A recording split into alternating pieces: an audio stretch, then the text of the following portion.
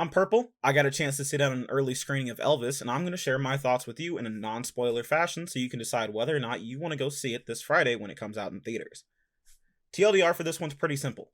If you like Elvis, if you like the time period, if you just like a pretty good film, go and see it.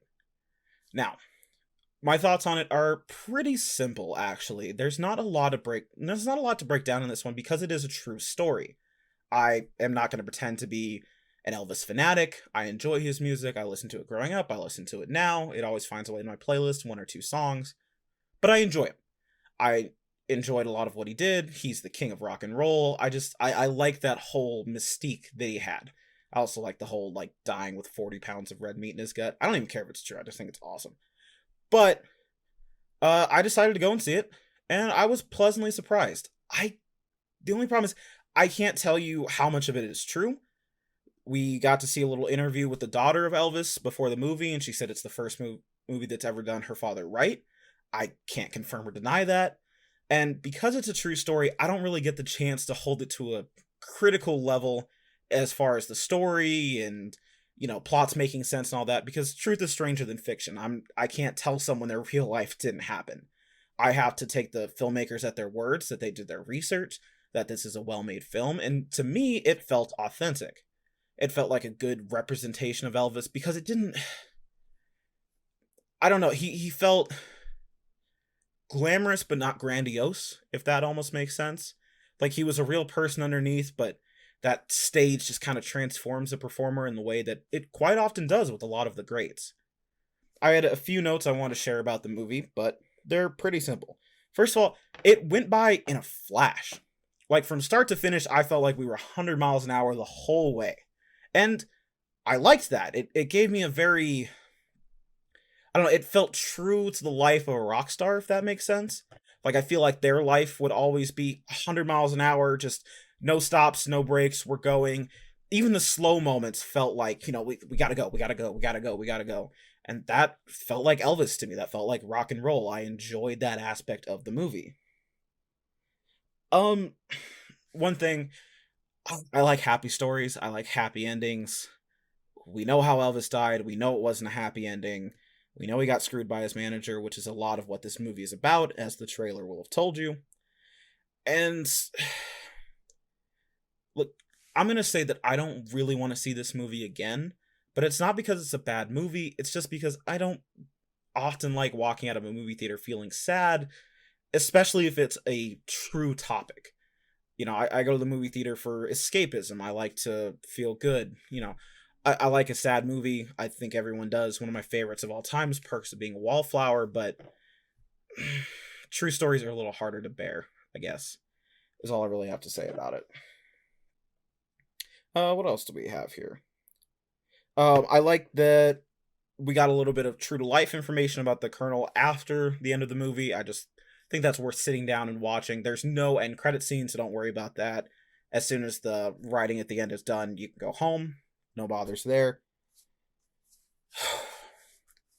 I don't want to spoil it, so there's not, I don't know, can I spoil a true story? I don't know. But, it chronicles in not exactly chronological order. It's a little bit of time skipping, not a bunch. Elvis's life from when he was young to when he died. A lot of what went on with his manager and how he screwed him financially and the hardships that he endured and kind of the price of fame, really, is the only way to put it, I would say.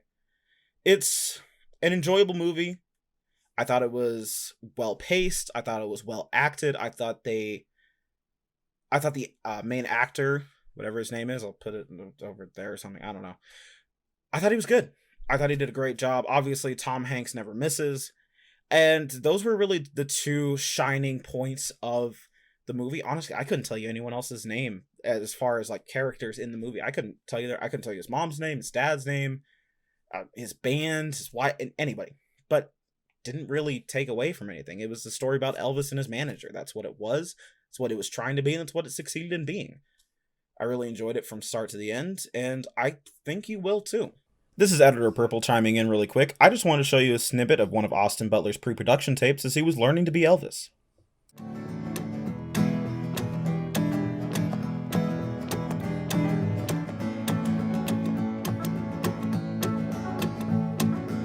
That's alright, mama.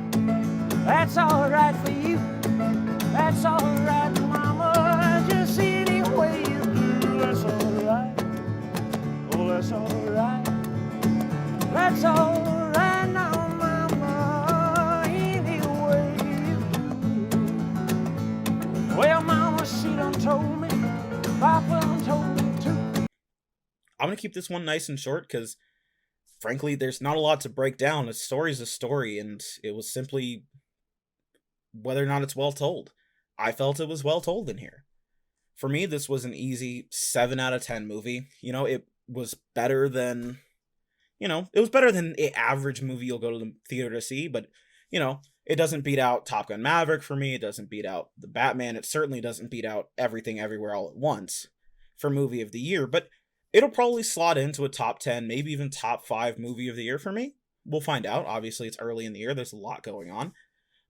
Don't go and see Jurassic World if you're going to a movie theater. See this.